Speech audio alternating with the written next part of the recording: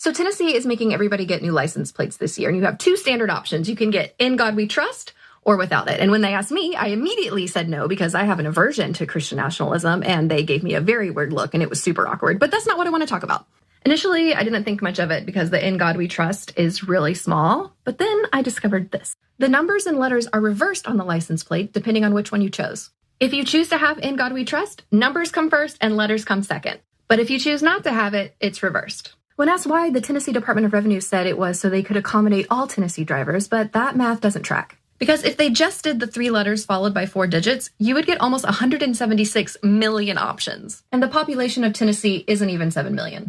As a result, we're seeing posts like this, glad to see all the car tags that start with numbers, and there are already lists on which counties are more godly. Does this weird anybody else out? It's weirding a few people out, but I don't think they know the full severity, potentially, of this. Tennessee and their new license plates and those changes back and forth. Let's get to a few more details to clarify what she was talking about there. Great piece there from her. Those who chose not to use In God We Trust on their plates will be easily distinguished because the letters come first, as she did point out there. The popularity of the In God We Trust plates varies from county to county. Here's that breakdown. About 54% of the new blue plates issued statewide between the start of the year and April 22nd have featured In God We Trust, according to data from the State Department. 54%.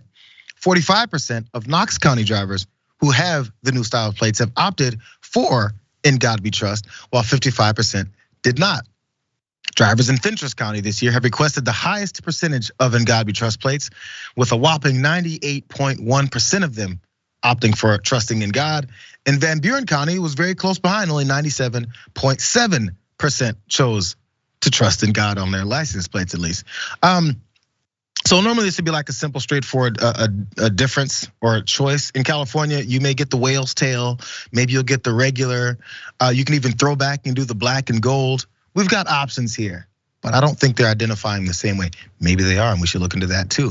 But there are local outlets that did point out things like this because who really cares, right? They do. It's a Tennessee license plate picks. Nashville drivers don't trust in God, so they went through the same thing, noticing which areas are choosing to trust in God and not, and that's the conclusion that's come up with. Before we go to how dangerous this could possibly be, or how this could identify folks from the police officers and maybe whether or not they think they can trust those drivers, let's get your thoughts on this, Farron. Yeah, it is very peculiar, to say the least here. And it does have implications, far beyond law enforcement. Because one of the first things I'm thinking of when I see this story, is it's easier to identify potential political targets, right? You look at a county, oh, this county is majority not in God we trust. Oh, this one's majority in God we trust. I can target them with my right-wing BS propaganda and avoid this area over here. It's kind of like, Facebook with their targeted ads and targeted distribution of things like that. That's a good way to keep track of who's what and who's where.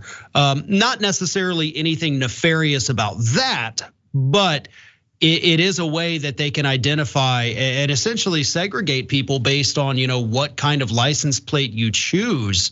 And it feels like this was obviously very intentional and done deceptively when the state says, oh no, we just had to make sure there's enough numbers. There's enough numbers and letters, right? I mean, you don't even have to be a math whiz to understand the different possibilities on that. So they're being dishonest about it. And that, of course, is an immediate red flag about why they're doing it to begin with.